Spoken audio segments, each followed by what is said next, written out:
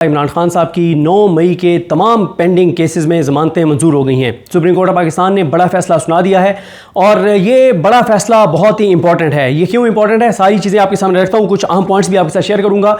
पहली चीज़ तो ये है कि आज ये साबित हुआ कि इमरान खान साहब को 8 केसेस में 9 मई के जिन 8 केसेस में पिछले 2 साल से गिरफ्तार रखा गया वो गलत था। इमरान खान बेगुनाह है, नाहक कैद है। क्यों? क्योंकि आज कोर कमांडर हाउस पर हमले के केस में इमरान खान के खिलाफ साजिश का कोई ठोस सबूत प्रोसिक्यूशन पेश करने में नाकाम हो गई है। ये इसीलिए भाग रहे थे, इसीलिए आपने कल देखा कि बताया गया कि जो प्रोसिक्यूटर हैं वो बीमार हो गए हैं, उनका पेट खराब हो गया है, उनको हैज़ा हो गया है, उनको मोशन लग गए हैं और उनकी हालत बहुत ख़राब है। और बताया गया था कि 1 हफ्ता तो अस्पताल से आ भी नहीं सकते, लेकिन आज वो आ गए हैं। वजह कुछ इतलात हैं कि कल मैसेज दिया गया था कि सुप्रीम कोर्ट की जानिब से कि हुकूमत को कि ये जो आपके प्रोसिक्यूटर नहीं आए तो आज उनको हर सूरत में पेश करें, क्योंकि पता सबको था कि वो ड्रामा था कल और तारीख लेने की और मज़ीद इमरान खान को इन केसेस में नाहक कैद रखने का एक वारदात थी। तो सुप्रीम कोर्ट की जानिब से कल ये मैसेज इतलात हैं, ज़रा ये दावा करते हैं कि दिया गया कि हमें जो गालियाँ पड़ रही हैं, जो तमाशा लगा हुआ है हमारा, वो आपकी वजह से है। आज अपने प्रोसिक्यूटर को कहें कि हर सूरत में पेश हो। तो प्रोसिक्यूटर आज पहले से ज़्यादा माशाल्लाह जुल्फ़िकार अब्बास नकवी साहब पहले ज़्यादा शाश बिशाश, बिल्कुल एकदम फिट, कहीं से नहीं लगता था कि वो पिछले कुछ 6 माह में भी बीमार हुए। अल्लाह ताला किसी को बीमार ना करे, अल्लाह ताला उन्हें सेहत दे और लंबी ज़िंदगी दे। लेकिन ये बात आज साबित हो गई है कि कल झूठ बोला गया था कि वो हॉस्पिटलाइज हैं और वो 1 हफ्ता हॉस्पिटल से नहीं आ सकते। ये है मरियम नवाज की प्रोसिक्यूशन टीम की हकीकत, ये है मरियम नवाज की हुकूमत का प्रोपेगेंडा, ये है मरियम नवाज की हुकूमत का बयानिया, यह है शरीफ खानदान का बयानिया। करोड़ों रुपए की फीस से जो स्पेशल प्रोसिक्यूटर इंगेज किया गया था और उसकी सर्विसेज ली गई थी, वो इमरान खान के खिलाफ 9 मई का कोई एक ऐसा एक सबूत नहीं पेश कर सका जिसकी बुनियाद पर इमरान खान की जमानतें जो हैं वो मुस्तरद हों। यह आज साबित हो गया है कि 9 मई के इन 8 केसेस में इमरान खान को जो 2 साल से नाहक कैद रखा हुआ है वो गलत है। देखें, हमारा दीन, हमारी शरीयत ये कहती है कि 99 गुनहगार अगर रिहा होते हैं तो हो जाएं, लेकिन एक बेगुनाह जो है वो फांसी ना लगे। ये है सूरत हाल, यानी किसी को सजा देने के मामले में, किसी को सजा देने के मामले में हमारा दीन, हमारी शरीयत और इसी तरह से आइन और कानून इतने सख्त हैं कि किसी का एक दिन का भी किसी को नाहक कैद ना रखा जाए। क्यों?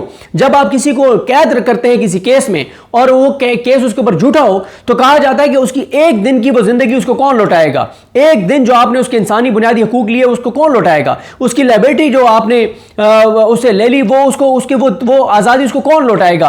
और हालात यहां पर ये हैं कि 2 साल से ज्यादा हो गए हैं इमरान खान को नाहक कैद रखे हुए, बुशरा बीबी को नाहक कैद रखे हुए।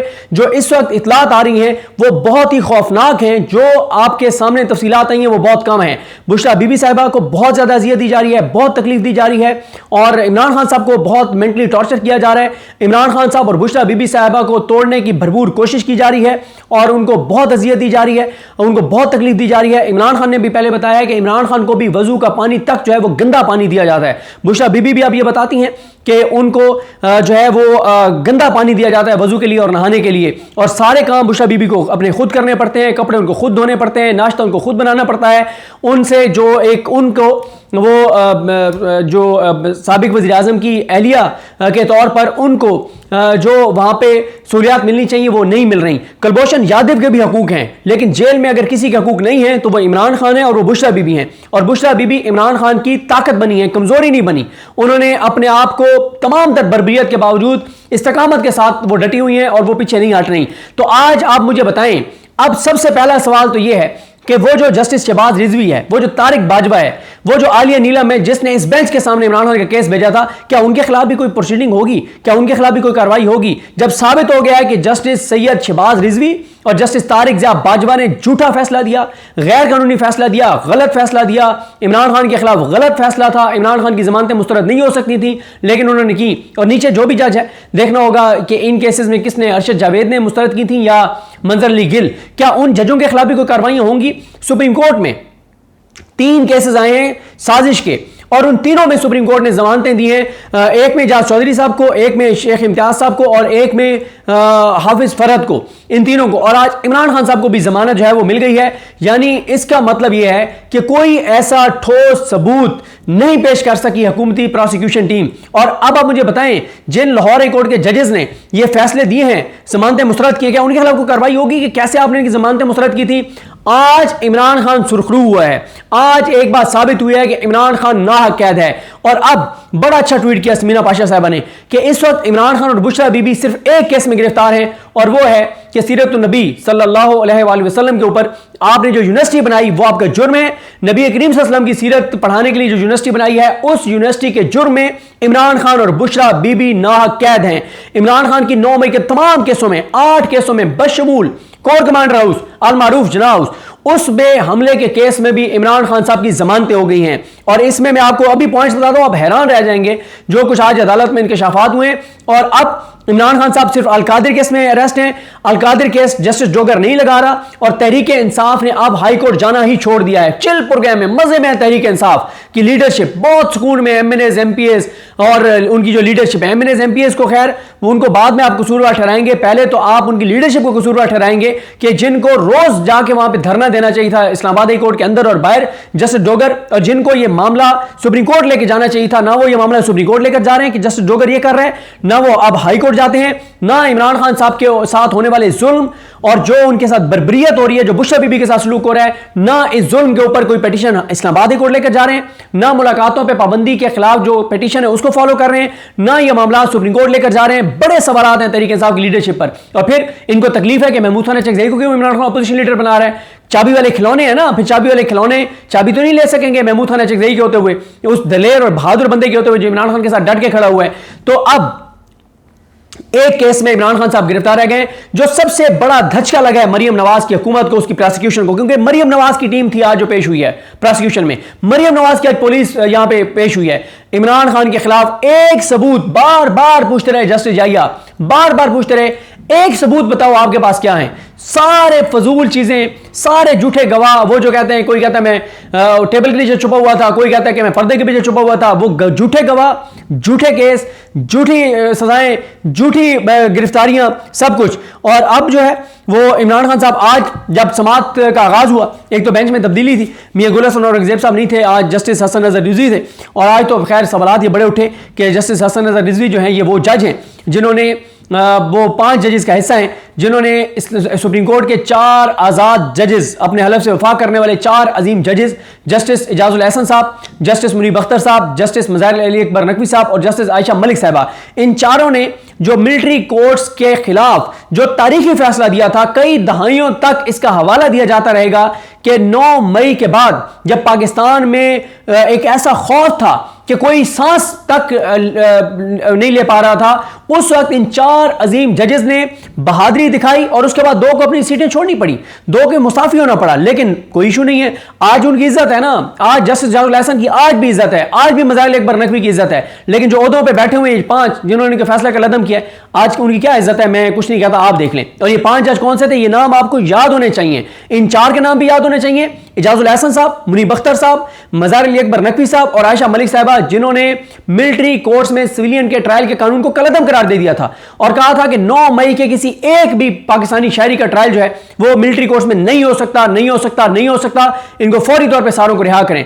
और फिर इंटर कोर्ट अपील आई काजी के दौर में और जस्टिस जाहिया साहब के दौर में 5 जजेस, हाजी अमीन, मोहम्मद अली मजहर, हसन नजर रिजवी, शाहिद बिलाल हसन, मुसरत हिलाली, इन 5 जजेस ने ना सिर्फ मिलिट्री कोर्ट्स में सिविलियंस के ट्रायल के कानून को बहाल किया, उनके 4 अजीम और आज़ाद जजेस, अपने हलफ से वफा करने वाले जजेस की फैसले को कलअदम किया, बल्कि जो 9 मई के बेगुनाह शहरियों के मिलिट्री कोर्ट्स में ट्रायल है उनको भी वैलिडेट किया और कहा कि बिल्कुल दुरुस्त है, अब हर जिसको चाहे हमारी मिलिट्री कोर्ट वो ले जाए और जाके मिलिट्री कोर्ट में ट्रायल करे, उनको इजाजत है। इन्होंने खुली छूट दे दिया इन 5 जजों ने, ये उनमें से एक हैं हसन नजर रिजवी साहब। तो खैर जैसे समाअत का आगाज हुआ 10 बज के और तकरीबन को 40 मिनट पे, तो शुरू में ही दोबारा जस्टिस जाहिया साहब ने कहा, उन्होंने कहा कि हम केस के मेरिट्स पे आपको नहीं जाने देंगे, हम पहले प्रोसिक्यूशन को सुनेंगे। उन्हें कहा गया कि आप 2 सवालों का जवाब दें।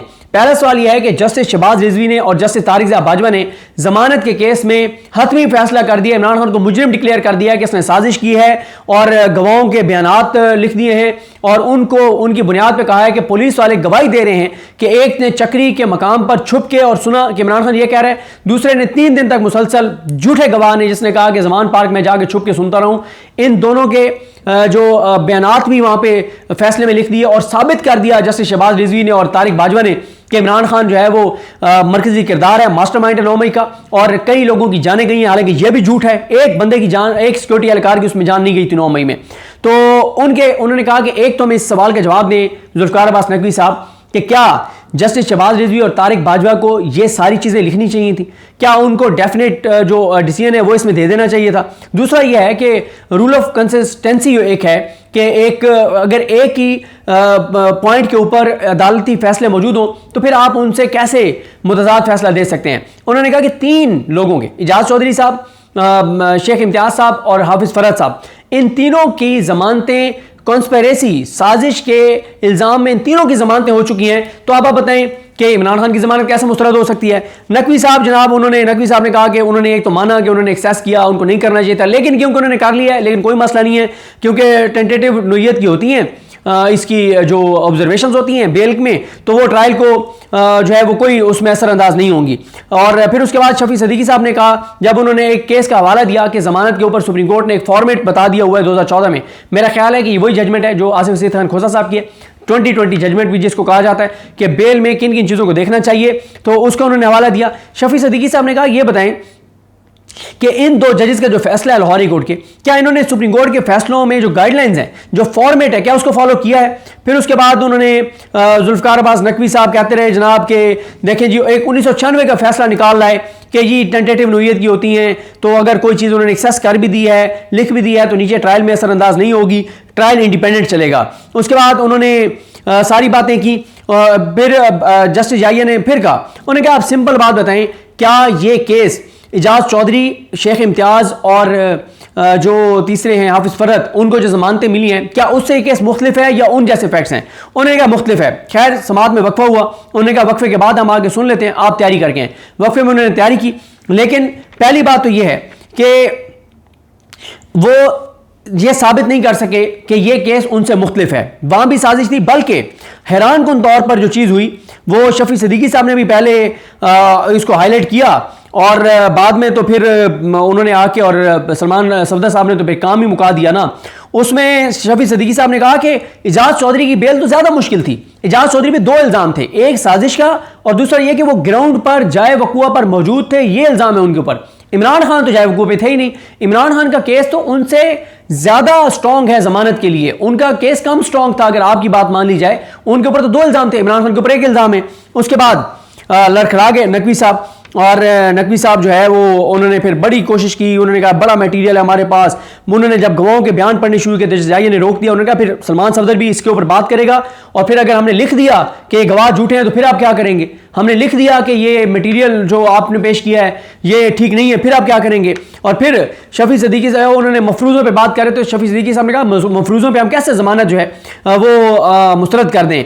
हसन अजहर रिजवी साहब ने पूछा कि जब वो कह रहे थे कि इमरान खान फोटोग्रामेटिक टेस्ट नहीं करवा रहा, पॉलीग्राफिक टेस्ट नहीं करवा रहा, तो उसमें उन्होंने कहा कि नॉर्मली भी आप बाकी केसों में भी ये टेस्ट करते होते हैं जो यहाँ पे कर रहे हैं।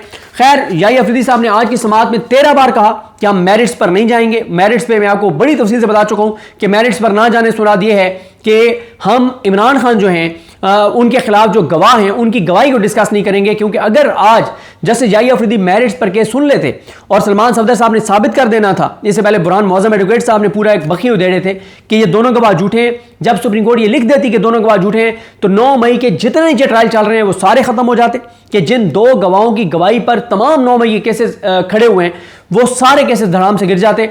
और लाहौरी कोर्ट में जो फैसले थे 9 मई के, जो नीचे ATC कोर्ट्स के फैसले हैं, उनकी सबकी बरियत हो जाती कि जिन 2 गवाहों की गवाही पर ये सारे केसेस बने हैं वो गवाही झूठे साबित हो गए सुप्रीम कोर्ट में, तो बात ही खत्म हो गई। उसके बाद उनके जुल्फिकार अब्बास नकवी साहब के जब वो दलाइल ख़त्म हुए तो फिर आए सलमान सफदर साहब ने कहा, उन्होंने साबित किया कि इमरान खान साहब का केस जो है वो जमानत का स्ट्रॉन्ग है इजाज़ चौधरी साहब से। उसके बाद सलमान सफदर साहब ने बहुत बार कोशिश की गवाहों पे आने की, कुछ और फैक्ट्स अदालत को बताने की, लेकिन जस्टिस याहिया साहब ने कहा कि हम बिल्कुल मेरिट्स पे नहीं जाएंगे। बार बार वो रोकते रहे, बार बार टोकते रहे, नहीं उन्होंने बात करने दी सलमान सफदर साहब को। सलमान सफदर साहब ने एक तो ये पॉइंट उठाया, उन्होंने कहा कि 5 अगस्त को इमरान खान गिरफ्तार हुए और कानून ये कहता है, अदालती फैसले ये कहते हैं कि जब आप किसी को किसी एक केस में गिरफ्तार करेंगे, बाकी जितने केसों में मतलूब है सब में उसकी गिरफ्तारी डल जाएगी। उन्होंने कहा कि मेरे हिसाब से इमरान खान 5 अगस्त 2023 से ही 9 मई के केसों में गिरफ्तार है। गो कि इन्होंने 14 जुलाई 2024 को गिरफ्तारी डाली है, लेकिन उन्होंने कहा मेरे हिसाब से कानून के मुताबिक, अदालती फैसलों के मुताबिक इमरान खान 5 अगस्त 2023 से ही गिरफ्तार हैं 9 मई के केसों में। फिर उसके बाद उन्होंने बताया कि इमरान खान के खिलाफ एक भी इन 8 केसों में से किसी एक भी केस का चालान इमरान खान के खिलाफ पेश नहीं हुआ।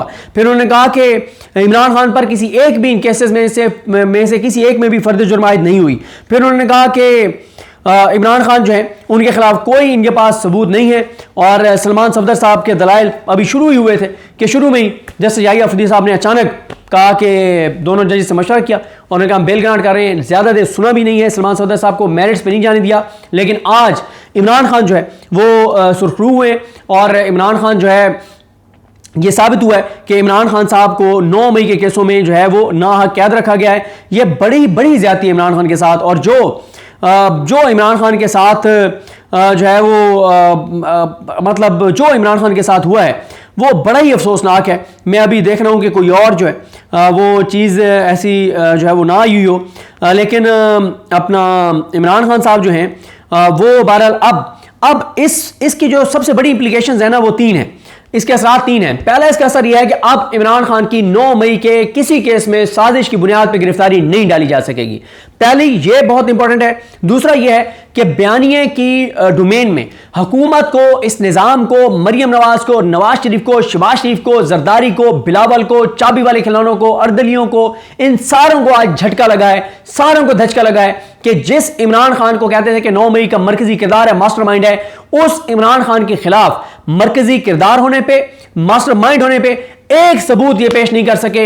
ये इमरान खान की बहुत बड़ी फतह है, तहरीक इंसाफ की बहुत बड़ी फतह है। और वहीं पे अदालतों पे सवाल है, खासतौर पे आलिया नीलम के ऊपर, कि उसकी हाई कोर्ट इमरान खान के लोगों के खिलाफ जो जमानतें मुस्तरद कर रही है, सुप्रीम कोर्ट से सबको जमानतें मिल रही हैं, सुप्रीम कोर्ट उनके फैसलों को कलअदम करार दे दिए हैं।